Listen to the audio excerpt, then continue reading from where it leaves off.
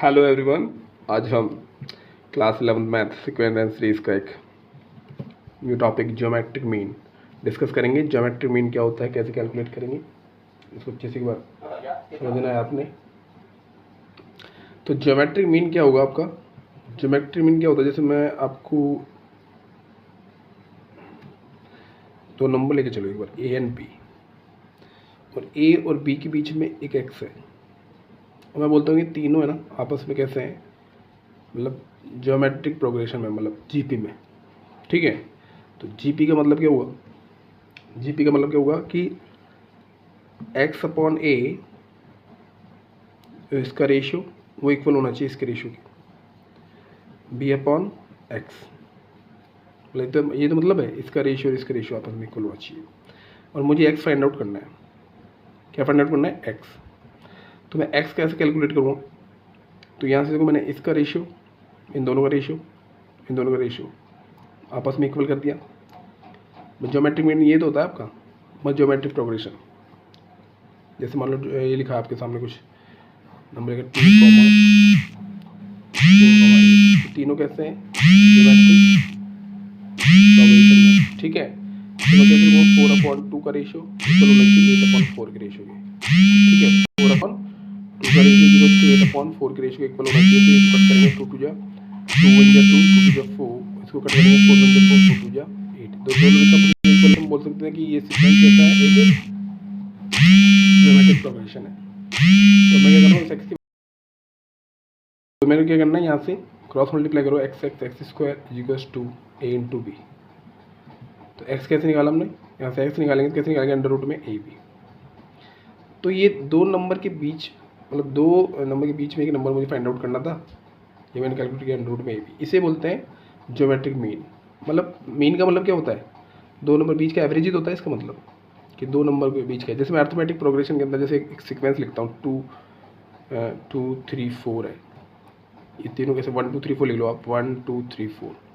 ठीक है, इसका या मैं 1 2 3 तीन नंबर लेता हूँ चलो, तो मेरे ये बीच वाला नंबर निकालना है। तो कैसे निकालूंगा? इन दोनों का सम करूँगा, 1/2, मतलब इन दोनों का एवरेज निकालूंगा, 3 1 4 4/2 2 2 4, तो कितना आ गया 2। तो अर्थमेटिक मीन, तो अर्थमेटिक मीन कैसे निकाला मैंने? a plus b upon 2। और ज्योमेट्रिक मीन कैसे निकाला? ज्योमेट्रिक मीन कैसे निकाला मैंने? और जो दो गिवन नंबर थे ए बी, उन दोनों को क्या किया मैंने? प्रोडक्ट करके रूट कर दिया। तो ये तो बीच में एक नंबर था, तो एक नंबर इजीली निकाल लिया, यहाँ पे भी एक नंबर था, तो एक नंबर आसानी से कैलकुलेट किया। बट यहाँ पे एन नंबर हो बीच में, सपोज दैट कि मुझे एन नंबर फाइंड आउट करने होते, तो कैसे करता? एक्स तो कर लिया, एक्स एन नंबर कैसे फाइंड आउट करेंगे? तो जैसे मान लो यहाँ पे ए है और एक नंबर क्या है आपका बी। ठीक है, बी, और यहाँ पे एन नंबर है बीच में, यानी कि एन ज्योमेट्रिक मीन है यहाँ पे। तो मैं लिख रहा हूँ यहाँ पे G1, G2 that that that dash GN। ठीक है, अभी बीच में एक था, तो एक तो कैसे निकाला अपने? दोनों का क्या किया? प्रोडक्ट किया, रूट निकाल दिया। और एन होंगे तो कैसे निकालेंगे? तो देखो, तो इनका कॉमन रेशियो कैसे निकाला? इसका डिफरेंस, इसका डिफरेंस। अब इसका कैसे निकालेंगे इस वाले को? तो देखो, इसका कॉमन रेशियो निकालो पहले। तो भाई ये इसका मतलब ये क्या है कि ए है, फिर इसके बाद सेकंड टर्म, फिर थर्ड टर्म, मतलब first term, second term, third term, डेट डेट डेट, ऐसे करके लास्ट टर्म ये है बी। ये बात समझ में गई? तो यहाँ पे मैंने कॉमन रेशियो कैसे निकाला था? एक्स अपॉन ए और बी अपॉन एक्स। तो यहाँ पे कॉमन रेशियो क्या होगा? अब G1 अपॉन ए, G2 अपॉन ए ऐसे करोगे तो बहुत, मतलब एन टर्म्स है, काफ़ी टाइम लगेगा ऐसे। तो मैं यहाँ पे कॉमन रेशियो लेट कर लेता हूँ, let common ratio is equals to, क्या मान रहा हूँ मैं, आर। ठीक है, तो यहाँ पे फर्स्ट टर्म क्या है? फर्स्ट टर्म क्या है यहाँ पे? ए। ये बात समझ में आएगी? और लास्ट टर्म क्या होगी यहाँ पे? फर्स्ट टर्म ए है, फर्स्ट टर्म क्या है यहाँ पे? ए, और लास्ट टर्म क्या होगी? फर्स्ट टर्म कितनी? ए, और ऐसे करते करते यहाँ पे एन टर्म बीच में, इन दोनों के बीच में, और ये कौन सी? लास्ट टर्म आपकी। ठीक है, तो लास्ट टर्म क्या हो जाएगी आपकी? बी। ये बात समझ में आई आपकी? ठीक है, अब देखो यहाँ पे क्या है कि आपने क्या करना है यहाँ पे कि मैं बोलूँ कि बी है ना, बी, ये कौन से नंबर के टर्म है ऐसे पूछूंगा आपसे। तो ये फर्स्ट नंबर टर्म, ये सेकंड नंबर पूछ रहा हूँ मैं, जैसे ये फर्स्ट टर्म और बीच में n नंबर है, n और फिर b है, तो इस b का नंबर मुझे फाइंड आउट करना होता तो मैं कैसे करता? तो b इक्वल्स टू कितना होता है यहाँ पे, कौन से नंबर की टर्म होती है? दो, ये टोटल टर्म बीच में मान रहा हूँ मैं n, कितनी है? ये जो टोटल टर्म्स है यहाँ से लेके यहाँ तक की, इनको बोल रहा हूँ n टर्म्स, ठीक है। अब मुझे b वाले नंबर का मतलब ये कौन से नंबर की टर्म है, तो ये n, तो ये वाली एक ये रही और एक ये वाली, तो n+2 नंबर की हुई ना टर्म, n तो ये एक वाली n+1 और एक यहाँ पे ये कौन से नंबर की n+2 नंबर की टर्म है b वाली जो है, ये समझ में आया होगा आपको, ठीक है। अब मुझे क्या करना है, b यानी कि n+2 नंबर की टर्म है ये वाली, ये बात यहाँ तक समझ में आ गया। तो अब जैसे मैं बोलूँ कि an का जनरल फॉर्मूला क्या होता है ज्योमेट्रिक प्रोग्रेशन में, मैंने आपको सिखाया था। nth टर्म जब हम निकालते थे ज्योमेट्रिक प्रोग्रेशन में तो कितनी आती थी, a इंटू आर की पावर n-1, ये आती थी नहीं आती थी, ठीक है। अब मुझे निकालना है b नंबर की टर्म का, ये इस वाले फॉर्मूला निकाल, तो b नंबर की टर्म कौन सी है, n+2 वाली है। तो मैं जब इस वाले का नंबर निकालूंगा, मतलब इसको nth टर्म निकालूंगा इस b के लिए, तो क्या होगा यहाँ पे, यानी कि मुझे an+2 निकालना होगा। क्या निकालना होगा, an नहीं निकालना होगा, an+2 निकालना होगा, यानी b, और यही क्या आपकी b, ये समझ में आ गया। लास्ट टर्म की आपकी b, और लास्ट टर्म को लिखेंगे कैसे, an+2 और वो कितने, इसको लिख देंगे b के इक्वल। यहाँ तक समझ में आएगी आपको, ठीक है। अब an+2 यानी कि फॉर्मूला ये वाला लगाऊँ मैं यहाँ पे, तो मैं कैसे लगाऊंगा ये फॉर्मूला, a इंटू आर और n-1 है नहीं, तो n की जगह तो n+2 लगाऊंगा, n+2 - 1 इक्वल टू क्या चल रहा है b। तो यहाँ से a इंटू आर, n+2 2 में से बन गया तो n+1 हो गया, यहाँ से b कितना आ गया, a इंटू आर की पावर n+1। क्यों, क्योंकि यहाँ पे क्या है, यहाँ तक तो n टर्म मतलब n टर्म थी, और यहाँ पर जब b वाले निकालना होगा तो मैं क्या निकालूंगा, a इंटू में r की पावर n+1 ही तो हो गया ये b वाले, जो b वाला ये टर्म हो गई b वाली, समझ में आ गया यहाँ तक। अब देखो यहाँ से r निकालना हो, मुझे कॉमन रेशियो निकालना हो तो क्या निकालूंगा, b/a नीचे लेके आऊँगा, और इसकी पावर क्या हो जाएगी, पावर रेसिप्रोकल हो जाएगी 1/n+1। तो ये कॉमन रेशियो होता है दो नंबर के बीच में, जब n ज्योमेट्रिक प्रोग्रेशन गिवन, मतलब n क्या गिवन हो आपको, n ज्योमेट्रिक मीन गिवन हो, तो उसका कॉमन रेशियो कितना आता है, b/a पावर 1/n+1। ये बात समझ में आ गया। अब मुझे जीवन निकालना है, जीवन यानी कि जीवन निकालना होता तो मैं ऐसे बोल सकता हूँ, जीवन सेकंड नंबर की टर्म है, तो यदि सेकंड नंबर की टर्म पुट करो यहाँ पे 2, तो यहाँ पे 2 - 1 करना पड़ेगा, तो जीवन कितना आ जाएगा यहाँ पे, यानी कि यहाँ पे 2 पुट करना पड़ेगा मुझे, तो यहाँ पे 2 - 1 यानी कि a इंटू आर की पावर 1। g2 पुट करना होता तो a इंटू आर की पावर 2, मतलब 2 पुट करेंगे, g2 निकालेंगे यहाँ पे, मतलब थर्ड नंबर की टर्म होगी यहाँ पे, ध्यान रखना।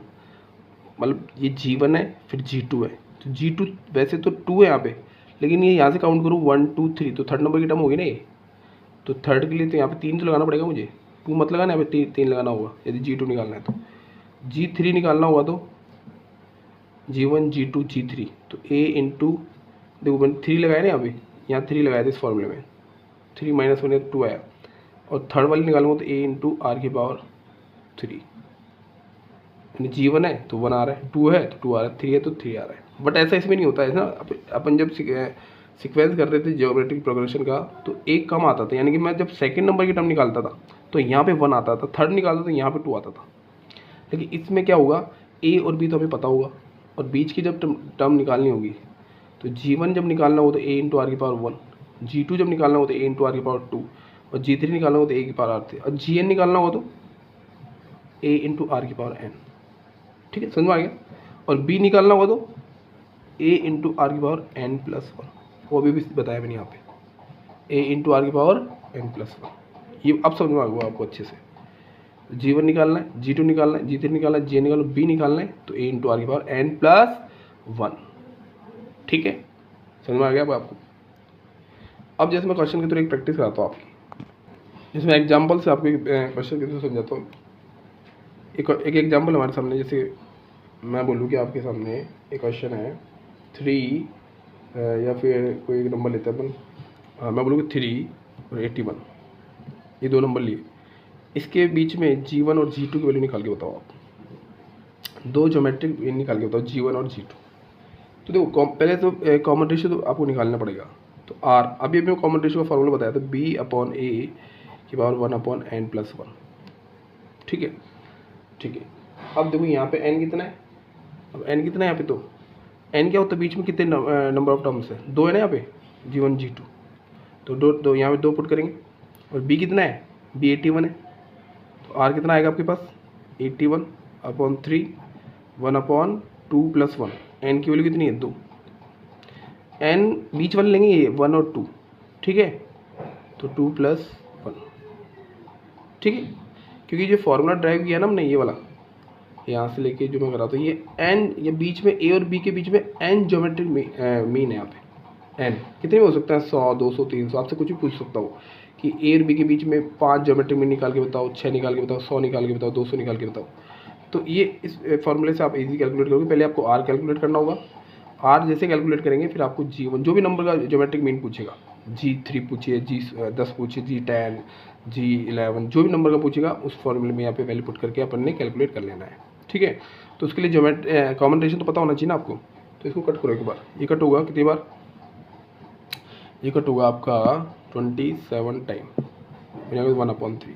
और क्यूब रूट ऑफ 27 कितना होगा, r, तो r आ जाएगा आपके पास 3। अब इसी, अब आपके पास पूछा G1 और G2 की वैल्यू पूछी, तो G1 और G2 अब आसानी से कैलकुलेट कर सकते हो आप। तो G1 निकालोगे और G2 निकालोगे, तो G1 क्या बताया था मैंने, a × r, जितना नंबर यहाँ होता है उतना नंबर लगाना है, a × r की पावर 2, तो a × r की पावर 1, तो a कितना निकाला, a तो गिवन था 3 और r कितना निकाला 3, तो 3 3 जा 9, ये समझ में आ गया होगा। यहाँ पे a × r की पावर 2, a कितना है, a कितना है आपका 3 और r की पावर 2 कितना है, यानी कि 3 का स्क्वायर, तो कितना आएगा 9 3 जा 27। कितना ईजी है, आसानी से कर लोगे। तो क्वेश्चन कितने क्वेश्चन आए, मतलब कोई सा क्वेश्चन आ जाए आसानी से कर लोगे, r पता होना चाहिए, आप इजी कैलकुलेट कर सकते हो। ठीक है, यहाँ समझ में आया होगा। तो एक ज्योमेट्रिक मीन निकालना होगा, जब आपको ओनली 1 ज्योमेट्रिक मीन निकालना हो तो आप अंडर रूट में इन दोनों नंबर का क्या करो, प्रोडक्ट करो और उसका स्क्वायर रूट कर दो, तो एक निकल जाएगा बीच वाला। लेकिन n नंबर ऑफ निकालना हो, यदि 10 20 30, फिर आपके लिए क्या करना है, थोड़ा सा कॉम्प्लिकेटेड हो जाएगा उसके लिए। ठीक है, तो आप जो मेथड मैंने बताया उसको फॉलो करो। तो आई होप आपको क्लियर हुआ होगा कि 2 नंबर के बीच में n नंबर्स हों तो उसे कैसे फाइंड आउट करना है।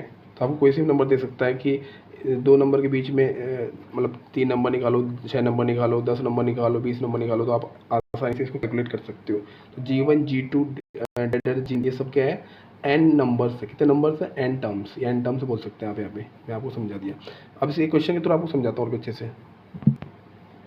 Insert 3 numbers between 1 and 256 so that a resulting sequence is a GP। ठीक है, तो कैसे करेंगे इस क्वेश्चन को, 1 और 256 के बीच में कितने नंबर बताना है, 3 नंबर्स। कितने, इंसर्ट 3 नंबर्स करने हैं, 3 नंबर, यानी कि G1 G2 और G3। ठीक है, समझ में आ गया आपको। तो G1 सबसे पहले मैंने क्या बताया था, R निकाल लो। R कैसे निकालते हैं, B/A पावर 1/n+1। तो r इज इक्वल टू कितना हो जाएगा, b कितना है 256 अपॉन में 1 की पावर 1/n। n क्या होता है, जो बीच 2 नंबर बीच में जितने नंबर होते हैं ना वो n होते हैं। तो n को कैलकुलेट नहीं करना आपने, दोनों शामिल नहीं करना इसमें, यहाँ पे बस ये बीच में जो नंबर है ना। तो 3 + 1 256 के ऊपर कितना आएगा, 250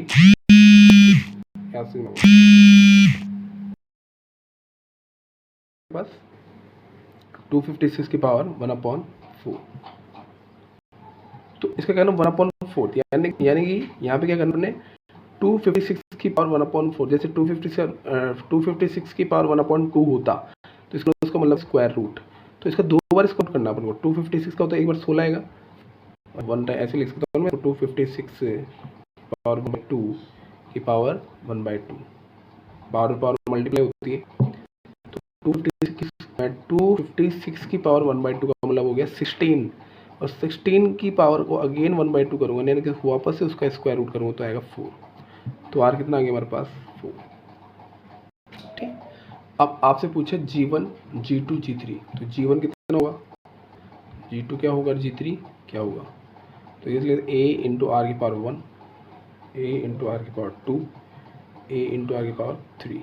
ठीक है, तो a तो पता ही आपको 1 इंटू आर की पावर 1 यानी कि 4, 1 इंटू 4 इक्वल टू 4, 1 इंटू 4 का तो यहाँ पे क्या आएगा, आर कितना आएगा 4, 4 का 16, 16 बन जाए 16, 4 का स्क्वायर यानी कि 16 आ गया, 1 इंटू आर की पावर 3 यानी कि 4 की क्यूब, 4 की पावर 3 हो गया 64। तो G1 कितना आ गया 4, G2 16 और G3 कितना आ गया 64। समझ में आया होगा आपको।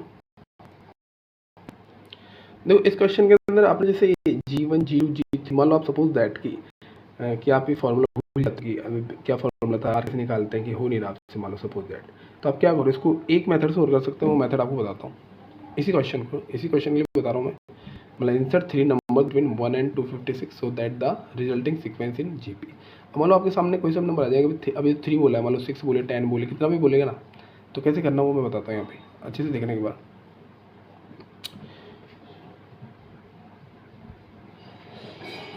देखो जैसे मैं फर्स्ट नंबर यहाँ पे इसको बोलता हूँ जैसे A1, क्या ये A1, इसको बोलता हूँ A2, इसको बोलता हूँ A3, A4 और ये क्या है A5, मतलब A1 A5 तक A1 है, ये A5 कितना है 256, तो बीच में A2 A3 A4 है।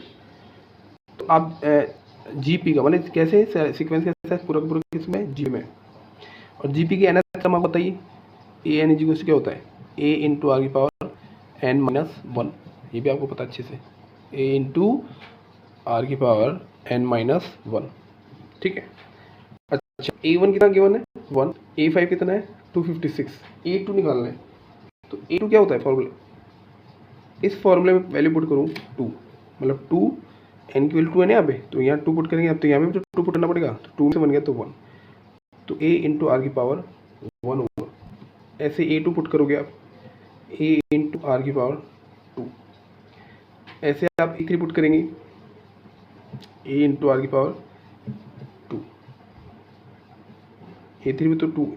तो मैं ये बताना चाह रहा हूँ कि यहाँ पे जितनी n की वैल्यू है उससे एक कम r की पावर आ रही है, 2 है, तो यहाँ पे हो जाएगा, सॉरी 1 होगा ना, r 2 है तो 1, A3 होने, यहाँ पे A3 है, सॉरी A3 है, A4 है,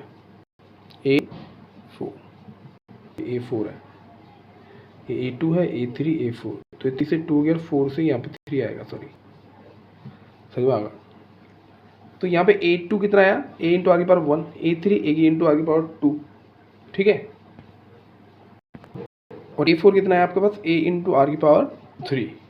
बट G1 जब हम निकल रहे थे, G1 क्या आ रहा है यहाँ पे A इंटू आर की पावर 1, जितना नंबर यहाँ पे उतना नंबर यहाँ आ रहा था, जितना नंबर यहाँ पे उतना नंबर यहाँ पे आ रहा था, जितना नंबर यहाँ पे उतना नंबर यहाँ पे आ रहा था, मतलब बीच में एन टर्म थी। क्यों ऐसे क्यों हो रहा था, क्योंकि ए और बी ऑलरेडी पहले से हमें पता था, और बीच में एन टर्म्स थी, कितनी टर्म्स थी एन, और जो G1 थी ये सेकंड टर्म थी, मतलब यहाँ पे G1 था ना यहाँ पे, तो फर्स्ट टर्म और सेकंड टर्म, तो सेकंड टर्म इसको मैं G1 बोल रहा हूँ, और यहाँ पे मैं इसको क्या बोल रहा हूँ A2, इतना डिफरेंस है, कुछ नहीं है, सेम वही काम करना है यहाँ पे भी। अब यहाँ पे बस आपको R कैलकुलेट करना होगा, तो R के देखो कैसे कैलकुलेट करेंगे, आपको A5 गिवन है, A1 गिवन है, तो A5 यदि मुझे निकालना होता तो मैं कैसे निकालता, A इंटू आर की पावर 4 निकालना होता नहीं होता, यहाँ से मैं क्या कर रहा हूँ A इंटू आर की पावर 4, ये समझ में आएगा आपको। अब A5 कितना गिवन है 256, A मुझे पता ही 1, आर की पावर 4 यहाँ से बाहर निकाल लूँगा, सिंपल सी बात है, 256 डिवाइड बाई 1 करेंगे तो 256 से आएगा, और आर की पावर 4, तो मैं ऐसे लिख सकता हूँ 1/4 इक्वल्स टू आर, तो वही बात आ गई ना। अभी मैंने यही किया था 256 की पावर 1/4, तो आर कितना आया था यहाँ से 4। ठीक है, आर की पावर 4 आया यहाँ से, ये बात समझ में आएगा आपको कि आर की पावर 4 है यहाँ से, तो 1/4 करेंगे।